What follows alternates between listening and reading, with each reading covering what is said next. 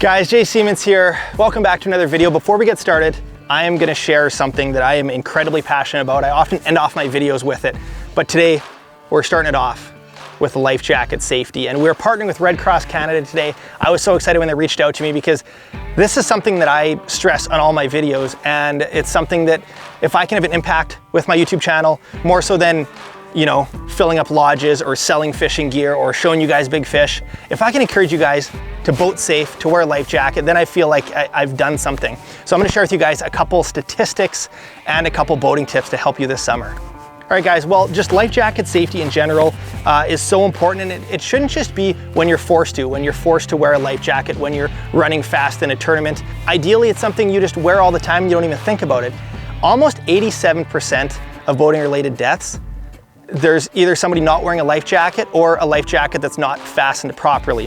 When you're wearing a life jacket, make sure it's tight, fitting, and make sure your buckle's done up. There's so many times that I see people, I'm guilty of it before, of not having my life jacket buckled, because if that situation does happen where you hit your head, I want this tight, and I want this is a self-inflating version, to be holding my head up above until I regain consciousness. Same thing with your typical life jacket. Make sure it's snug, make sure it's fitting you properly. As well, over 40% of boating accidents involve alcohol as well. So guys, you gotta boat sober. It's just boating and alcohol do not mix. I got a couple other tips. First one is your kill cord. It's this red cord that most boats have. It's actually becoming law in some places. You gotta wear it when you're on plane. I wear it around my wrist all the time on the tiller. You can also connect it to your life jacket, and basically what this does is when the boat is running, if you happen to get thrown out of the boat and the cord gets pulled, it kills the engine. It's like, well, why is that a big deal? Well, if I happen to get in a boating accident, get launched out of the boat, hit a stump, hit a rock, if I don't have this kill cord on, that boat is gonna keep going straight, or it's gonna come around in a donut and potentially hit me. Wear your kill cord. It's something that'll take a while to get into habit. One last thing I want to talk about is seats at the front of the boat. While a lot of boats have a pedestal at the front that you can fish out of, jig out of, they're not made for running on plane when you're going fast. That's not a place for a person to sit. If you do happen to get in an accident, that person in the front is gonna be in a much tougher situation and more likely to get tossed out of the boat. Guys, pulling your seat down from the front, wearing your life jacket, wearing your kill cord, I know it can take a little extra work, but if you can get into a habit of doing those things, it will make you a much safer boater on the water, and I hope you guys have an awesome and safe summer. Now time for the video. Welcome back to Lake of the Woods, the best lake in the world. We've been putting the beat down on some walleyes lately. Had the opportunity to take my grandpa out. He lit up the walleyes the other day. It was amazing. Got a 24-incher, outfished everyone in the boat. Yeah, we've been finding some new midsummer walleye spots. But today, we're out of bait. We used all of our leeches, all of our minnows. So it's such a misconception that you need bait to catch walleyes. So today I'm gonna go over a couple of my favorite options to catch walleyes without bait, without any sort of live bait. But Sam's gonna drop the trolling motor in, because that is her favorite thing to do. And we're gonna get fishing. It's plugged in. Okay. This is in the way. Good job. All right, guys, option number one, if you don't have bait. I keep this in the back of my boat all the time. It is Gulp Alive. It is that, I don't even know, it's more than a soft plastic, because it sits in a liquid, and it's kind of like, it's biodegradable. I once did a shot glass full of that liquid, which I regret doing, and it's definitely not recommended. Don't they like dry up if? Yeah, these will dry up if they're not in the liquid. So this I keep in the back of my splash well all the time. I always got a container of this just for those situations where you don't have bait and you want something, the fish want to smell it. So a couple of the options we're going to show you guys today are going to be fast, aggressive presentations. They're going to rip past them, and that's one of the reasons you can get away without bait, because you're tricking that fish. But what we're going to get Sam set up with is a drop shot, which I've talked about before, and she's just going to drop shot one of these Gulp minnows. You could put it on a jig as well, but we're going to get her set up so she can start fishing, and then I'm going to go through some of the other options. I still get kind of queasy around this liquid, but on the drop shot, we just have that little octopus hook there, and I'm just gonna nose hook this Gulp. This is just a 3-inch minnow, and it just looks so good. This is like my confidence if I'm looking for fussy fish. So you got the weight on the bottom, about a foot of line, and then that drop shot. It's so great because Sam just needs to make sure that weight's on the bottom, and that Gulp is gonna be in the perfect strike zone. Wallies are so often feeding in the bottom 1 to 3 feet of water. So That's gonna be good. That liquid is nasty though. Sam's dropping down at the drop shot. I'm doing something a little more aggressive. This is like your jigging wrap style bait. This is the Acme Hyper Rattle, and this triggers big fish. A lot of people think you need bait to catch big walleyes, but there's something about these jigging style baits that just triggers them. It just darts. If you've ever seen one underwater,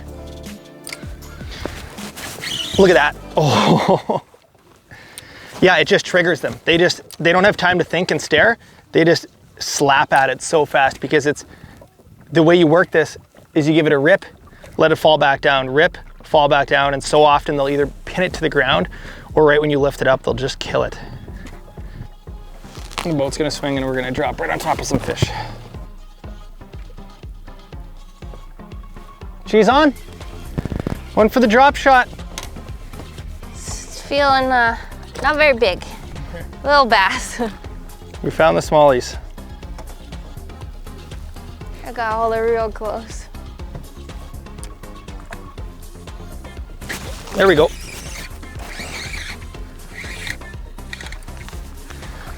That's a nice one. That. Ooh. Oh. All right, we're on some fish. Took a little bit of driving around, but where there's one, there's more. So this is the Hyper Rattle I'm using, and a little different from Sam on how you work it. I'm ripping this around. I don't want to give the fish a long time to stare at it. I want him to see this bait ripping past his face, and then he just has to snap at it. He doesn't have time to think at it. Oh man!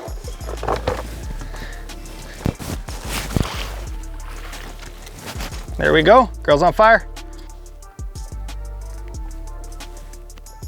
Show in the mouth. Like, he thought that was a real minnow. There's no denying. The nice thing about those Gulp minnows is you get multiple fish out of it, artificials in general, right? Like if she gets a bite, I'm pretty confident the bait isn't getting stolen, and you can catch multiple fish with it. All right, option number 3 that I'm gonna be tossing around, see if I can catch fish on it, a blade bait. Blade bait has a little more vibration than the jig and wrap, a little more flash, obviously with those big silver sides, and I like it a little better for casting and retrieving. If I'm trying to go vertical on a fish, I prefer the jig and wrap, Acme, Hyper Rattle, whatever. Oh my goodness. Can't even get a cast in. Or you can just drop shot a Gulp. They're getting bigger. Pretty fish. So the way I like to work this blade bait is I'm gonna cast it out away from the boat, let it hit the bottom, and then let it flutter back down. Give it a rip, let it flutter back down, give it a rip. And the hits with this are just ridiculous. First cast on the blade bait. I love Lake of the Woods so much. We are so lucky to be living on the lake right now. Oh! That was my lure landing over there. Well, in hindsight, we should have netted that one. All right, first cast with the blade bait was successful, other than the fact that I tried to boat flip the walleye and busted off and the lure went flying to the lake. So as I mentioned, I'm just fluttering it up a foot or two, letting it hit the bottom. You can fish this bait so fast. It's not quite as snaggy as the jigging style bait. You can fish this vertical as well though, but there we go. Would you care for the net? Nope. As you can see, they're not coming and nipping at it. They are just charging at it, full speed. Beautiful. Lake of the Woods gold.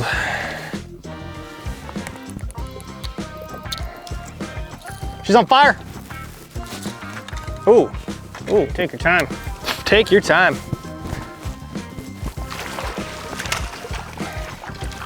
Closer. Yeah, make it look big.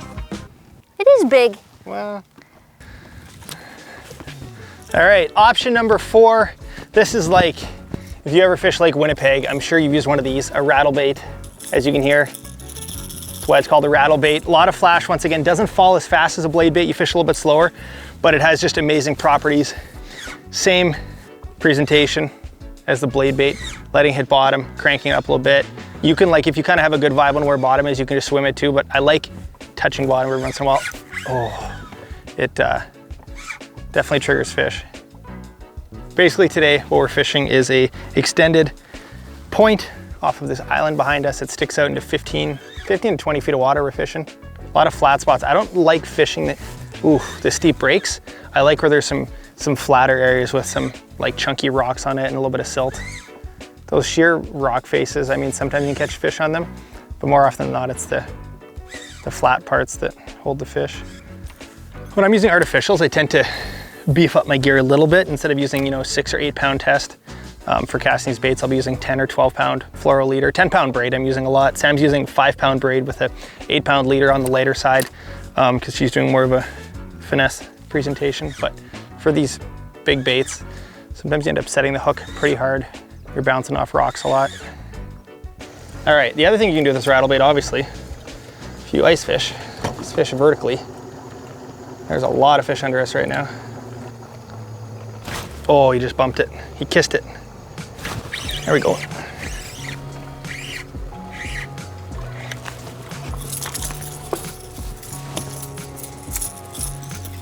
There we have rattle bait walleye. The point of this isn't to, show that we're on a spot with a million fish, but it's more so if you can have confidence in these baits. That's the toughest thing, is having confidence with artificials, because a lot of people grow up with jigs and minnows, jigs and leeches, and that's great. I still use that all the time.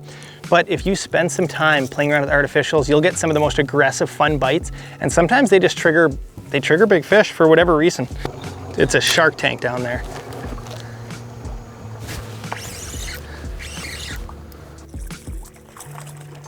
Careful. All right, this is gonna be my last artificial option. I'm gonna be rocking today. This is called a snap jig by Berkeley. I didn't know what the hype was. My buddy John Hoyer, who fishes a lot of walleye tournaments in the States, kept posting on Instagram about these snap jigs and how much he loved them and how good they were. So finally I picked his brain on it a little bit. I picked up a couple and rigging it with a Gulp right there. It's kind of a hybrid of what Sam's doing, what I'm doing. It has some smell of the Gulp, obviously, but it's got a perfect little profile and it darts so good. It's like if I'm gonna cast a bait, I'd rather cast this in the jigging wrap style bait. I had a fish on. The whole time? I think so.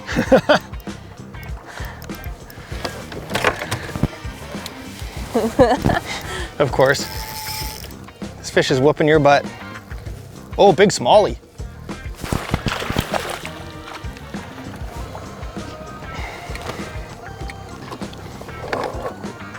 So this bait will take a little longer to fall. I'm using the 3/8 ounce and I'm just letting it hit the bottom and giving it a snap.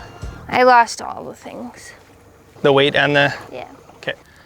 If you ever lose the drop shot weight, these weights, the little pinch on end, I'll show you once I have it rigged on.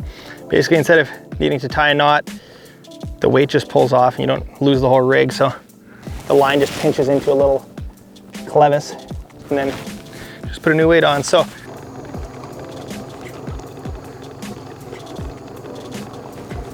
there we go.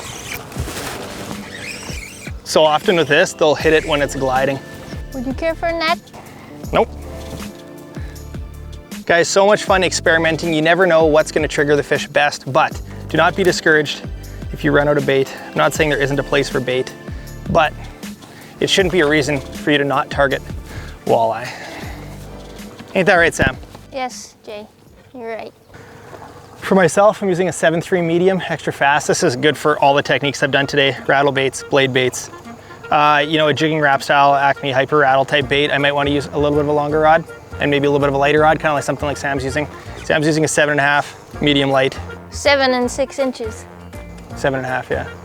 7 6 fast mid light. Sam, how many inches are in a foot? I don't know. You know what I'm talking about? Are there 12 inches in a, I mean 6 in, no, 12 inches in a foot? 12 inches in a foot, yes. Oh no, we can't show this footage to anyone. Ah, because you get a foot long or a 6-inch sub. Oh my goodness. Sam, oh no, this is bad. Part of me wants to include in the video and part of me just is scared of the comments. All right, one more fish and we were calling it a day. There we go. This feels squirrely. Oh, that's why. Nope. Guys, come on down to Lake of the Woods. Find yourself a deep rock pile deep extended point. Find yourself a beautiful woman to fish with and some artificial baits. As you can see, there's many options out there. You can have yourself a lot of fun. Hope you guys are having an awesome summer on the water. Don't forget to wear your life jacket. And I thought you had a catchphrase you wanted to add. Pick up your trash. And the other one. Limit your catch. Don't catch your limit. You had one more. If you can't tie a knot, tie a lot. See you guys.